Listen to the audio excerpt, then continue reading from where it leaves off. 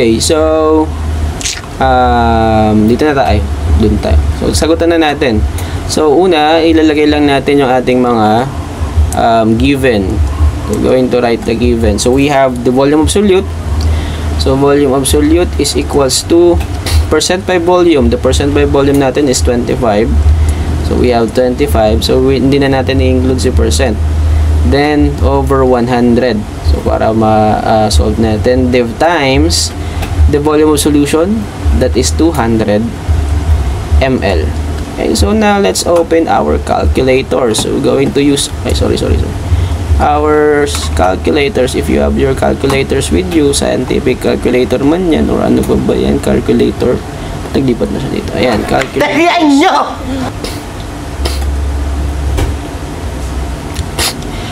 Okay, 25 divided by 100. So, we have 0.25. Okay, 0.25. Okay, times 200 ml. Ito pa lang yung ginalaw natin ha. 25 divided by 100. Ito pa lang yan. So, 25 divided 100, we have 0.25. Then, we multiply sa ating ml.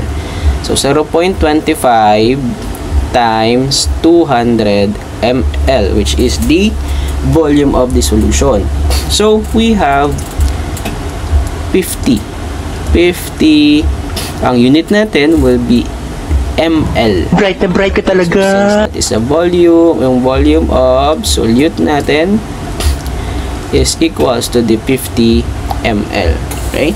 So, ibig sabihin, 50 ml yung ating solute, 50 ml din yung ating solvent. O siguro yan yung water natin. Okay? So, 50-50 sila. So, ito yung ating sagot. So, that's how we solve for the volume of solute. Bye-bye life. Bye-bye happiness. Hello loneliness. Bye-bye love. Okay? So, let's try another one. Wala kang puso! Wala kang kaluluwa! So, on your notebooks. So, meron kayong mga notebooks. Iba na yun. So, para sasagutan nyo ito, ha? Sasagutan nyo ito. Huwag ka nung mimik, ha? Hirap na ako, ha? So, just pause the video. Just pause the video and try to answer the following. So, try to answer this one. Just pause the video and try to answer this one. Neng, Okay, pakisagutan nyo ito. tagal Kanina pa. Kaya nga tagal Okay. Tapos na? Bilis naman. Magaling ka eh. Okay, sige.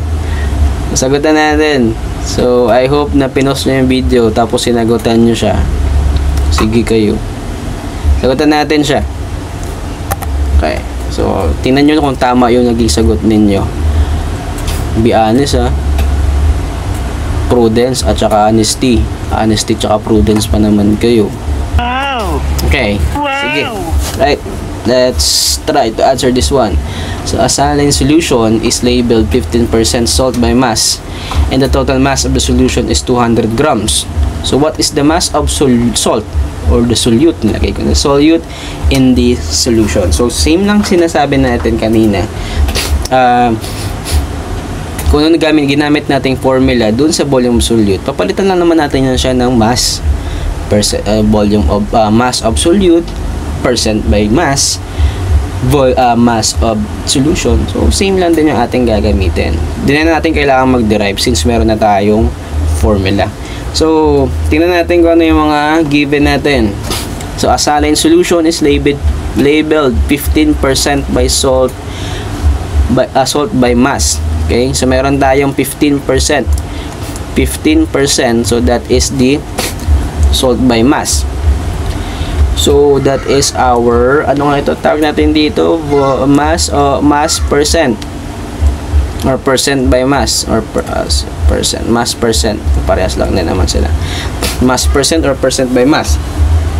Then, we have the total mass of solution, 200 grams. We have 200 grams Don't forget to indicate the the units. Kailangan nyo yan siya. Kasi kung 200 lang yan siya, 200 ano yan? 200 na kalabaw, 200 na baka ba yan, 200 na manok, 200 na pesos. So, always indicate the unit. Yan. 200 grams para maintindihan natin. 200 grams of the solution. That means that is the mass of solution. So, ano yung mass of solution natin? Again, kapag sinabi nating solution, it is the combination of solute at saka si solvent. Okay, si solute at saka si solvent. Okay, boys at the back, maingay. Wala pala. Sorry. Hindi pala maingay. Okay, so let's proceed. So, ang hinanap natin ay si mass of solute. Ang hinahanap natin ay si mass ng solute. Sanay lang siguro maingay talaga. Hindi naman talaga. Mabait naman yan ng honesty at saka prudence. Mass of solute. Ayan, ang hinahanap natin. So, what is the mass of solute? So, going back to the formula. So, sige, copy-paste natin ito ulit. Okay, sorry. Copy-paste. Copy, and let's paste it to the ayan.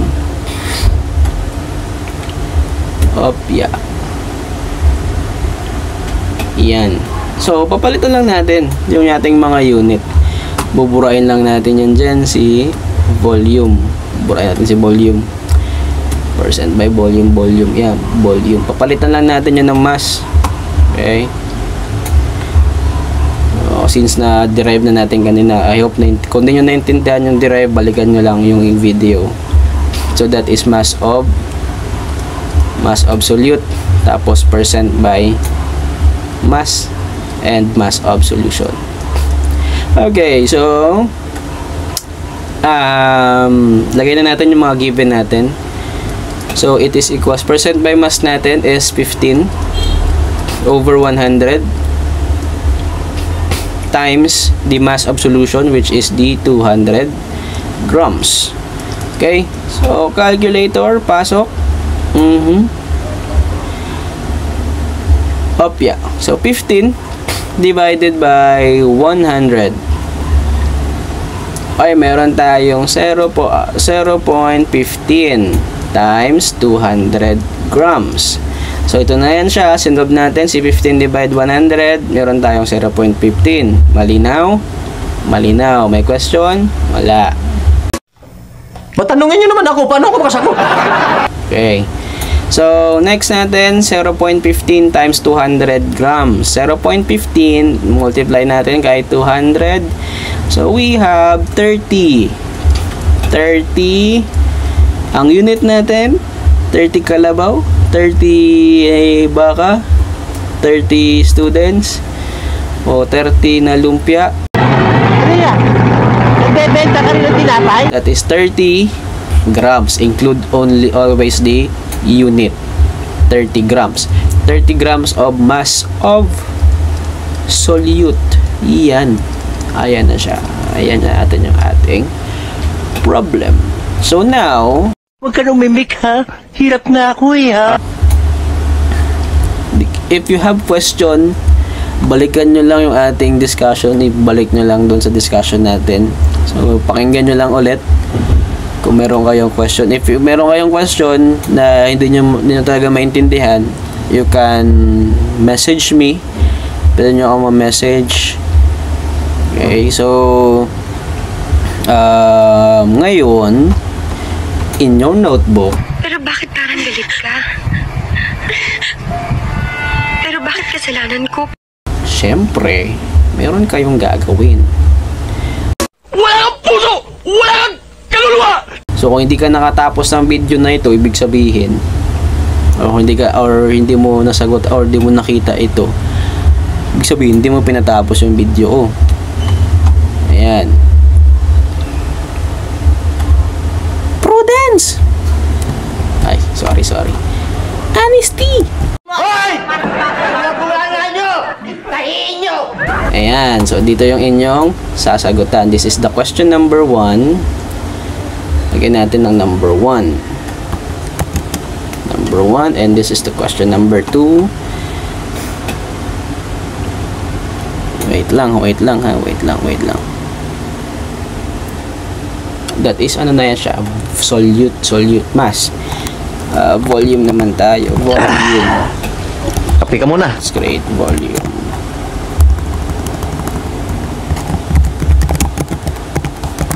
Tarihan nyo!